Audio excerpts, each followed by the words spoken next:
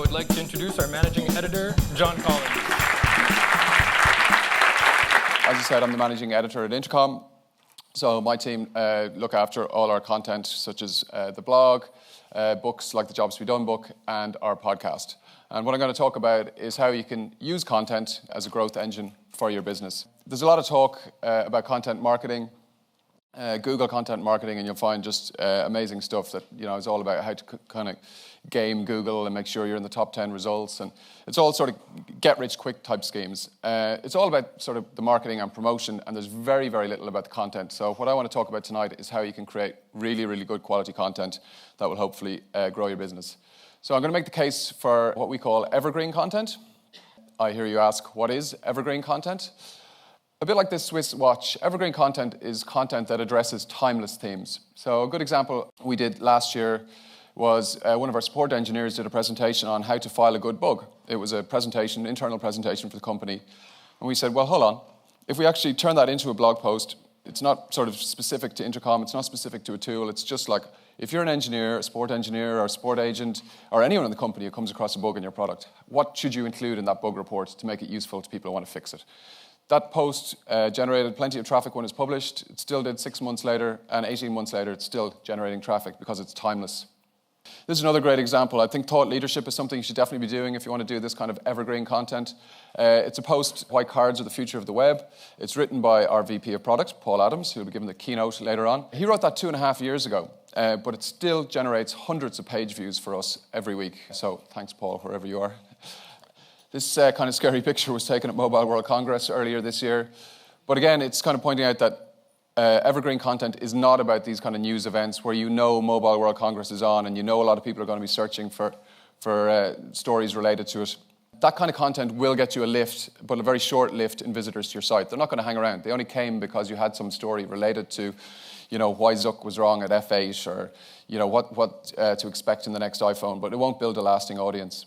Something else that evergreen content isn't about, and sometimes people confuse it with, it's not about specifically telling people how to use your product, but what it does do is it sees the world through the lens of your product. And I'll come back to a little more what I mean by that, because it's quite important. Evergreen content is a bit like saving. It's kind of boring in that way. You've got to do it regularly if this strategy is going to work, and here's why. It takes time for this to pay off. It always kind of frustrates me a little about marketing that people think, we're going to turn on this marketing tactic and next week we're going to have these huge results. If you're building a product, you don't say, we're going to build this feature, we'll introduce it, and next week we'll have so much more engagement with our customers.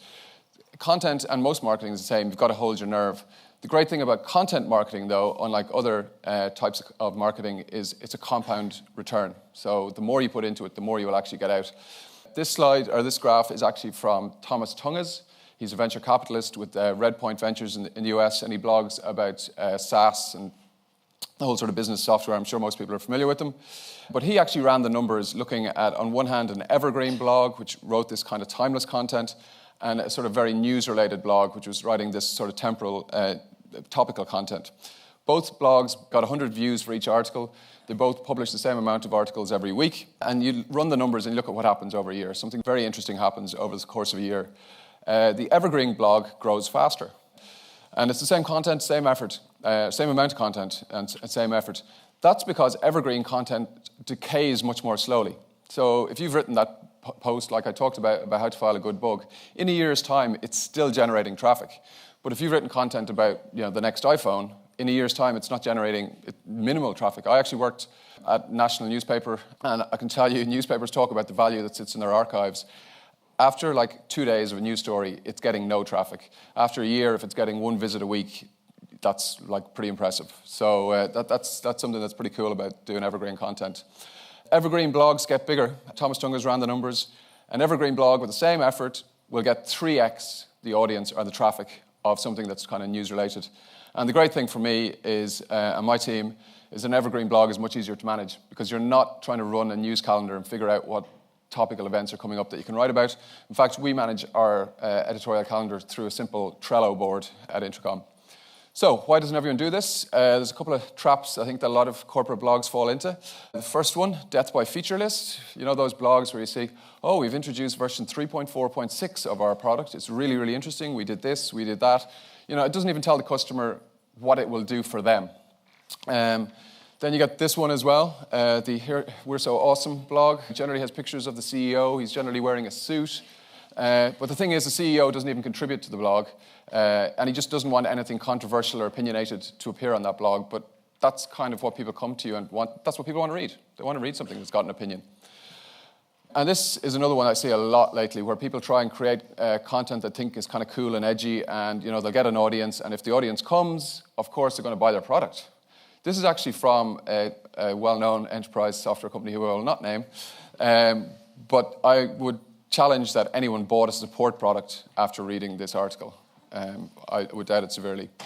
Anyway, I'll take things back down to earth a little bit. People are probably familiar with this. Certainly in English, it's a technique that journalists have been using for years to write news stories: the who, the what, the where, when, why, and how. And maybe just run through a content marketing strategy and how you might be able to do something similar. So who's going to produce your content? At Intercom, we totally believe that it should be the specialists. It should be the people doing the job, the product managers, the designers, the engineers. My team's job is to work with them and tell them what's a good story, tell them what people would be interested in, help them edit that story and make it read better. A Swiss Army knife is a knife, but you would never, ever bring it to a knife fight, Specialists will just write something so much more, just deeper and with more depth than anything I would write as an editor or a journalist. Another related note in terms of the who is it's really important that this comes from the top of the organization. This is Des Traynor. This is his author page on Inside Intercom, our blog. Des co-founded the company. He actually ran the content marketing at the company for 2.5 years and still regularly contributes, even though he's our chief strategy officer. That's just some of the articles he wrote recently. So as a result, no one sees content as a chore at Intercom. It's baked into their goals. What are you going to write about? This is the user list at Intercom. It's what you see when you log in at first. I'm hoping a lot of you are familiar with it.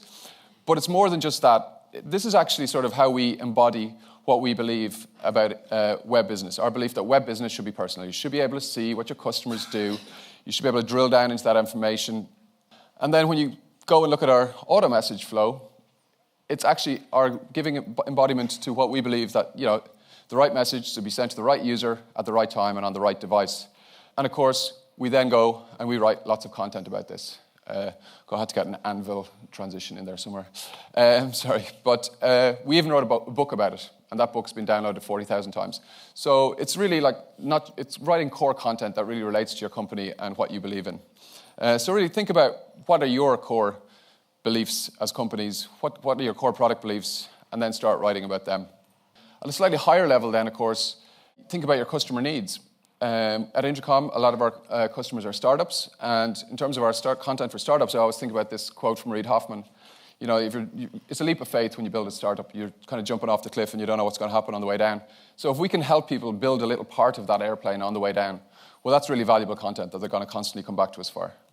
And again, I'd say to you, you've got a startup, you've got a company, you must be experts in something, you must know about your market. Have an opinion about it. Write about that content. If you can help people who are potentially customers come to you and see you as a thought leader, that's really, really valuable. Where are you going to publish? It used to be very simple. You used to just fire up WordPress and start blogging or Blogger or whatever it was back in the day. It's got a lot more complicated now, I think. Podcasts are very popular. We do a podcast now, and it does quite well for us. This is a good example. This is Basecamp. The Signal versus Noise was their blog. They still have the blog, but they've moved it to Medium. And Medium.com, of course, is not just a platform like WordPress, but it gives you an audience and a network as well. But you cede control for that. You're basically on Medium's platform. So actually, maybe you want to consider something which we do, which is just republishing articles on there. In terms of where, I would also say, think of content in terms of all the different places you can put it. This is quite a successful blog post for us that was written about 2 years ago. It's basically about all those situations where a product manager is told, we have to build this because our competitors have it, or, we have to build this because the CEO wants it. So it's all the times that a product manager has to say no. A successful blog post. Last year we turned it into an animated little microsite, put a little email capture form at the bottom of that. And one of the leads that we got from that, our sales team last quarter actually closed a really big deal on the back of that. So this is kind of the way I think about it. That one piece of content has been a video, blog post, a microsite I mentioned, and of course it was a core part of our first book that we wrote on product management. When are you going to publish? This, I think, is one of the biggest mistakes people make. They get all excited, they've got a content strategy, content marketing strategy, and they say, oh, we're going to publish every day. Or we're going to publish 3 times a week. They kind of start with these unachievable kind of goals, and they start very, very enthusiastic. But after a while, they run out of steam, and they end up like Don Draper here, kind of just churning out jaded content. So over-enthusiasm in the early days is a big issue. But I would say, this really struck me. Obviously, I came from a world of professional journalists. That people, when I joined Intercom, would go, wow, where do you guys find the time to do content? And it's kind of like, but you're not asking us where do we find the time to design or where do we find the time to code. If you're going to do this, decide to do it, and then it's a core part of your marketing activities. Why are you producing content? Again, maybe going back to the how to get a house or a work husband or wife article, don't lose sight of why you're doing this. Content generates lots of buzz, but that doesn't pay the bills. You get lots of social media recognition. It generates lots of traffic. That's our traffic on Inside Intercom, the blog, since 2011. But that doesn't, unless you're selling advertising, that's not that useful. Engagement, actually, rather than traffic, I think is much more important. But one of the cool things it does do, and I'm sure it's the same here in France, but it's in San Francisco and in Dublin, where we operate, it's really hard to attract talent. So many people who come for interview with Intercom, or so many people who have joined Intercom, have joined us because of the thought leadership and the articles we write on our blog. So that's a huge benefit that we get from it. And of course, you write content to sell software. Never lose sight of that. So how are you going to produce all this content? Creating content is just one of those things that it's, sitting around, looking at Medium, trying to get ideas, or looking at Twitter, or, coming up with spreadsheets of different article ideas, whatever it might be. None of those things are actually content production. The only way really to do this is to get out there and do it like running. Sitting on the couch thinking about you're going to run next week is not running. So do it and make your mistakes early on when you're still relatively small would be my advice. And, editorial systems are just, they've been established for years in newspapers, broadcasters.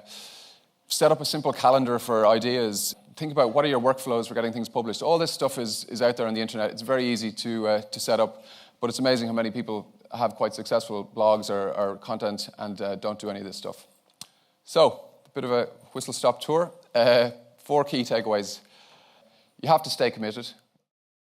Don't sort of jump into this and expect results straight away. It'll take a bit of time. Don't get carried away with the buzz of publishing. Just because you're getting traffic, it needs to be traffic that's going to turn into engaged customers. It's going to convert into people buying your product. This is particularly true, I think, in the early days. Well, it's true at all times, but in the early days it's particularly important because content that you create is probably the only public face of your company. You're not doing PR, you're probably not doing trade shows. So your blog or your podcast or whatever it might be is the only way that people know you. And finally, there's so many unintended or sort of unexpected benefits of doing content from, as I mentioned, easier hiring to being able to come to cities like Paris and do events like this. So, thank you very much.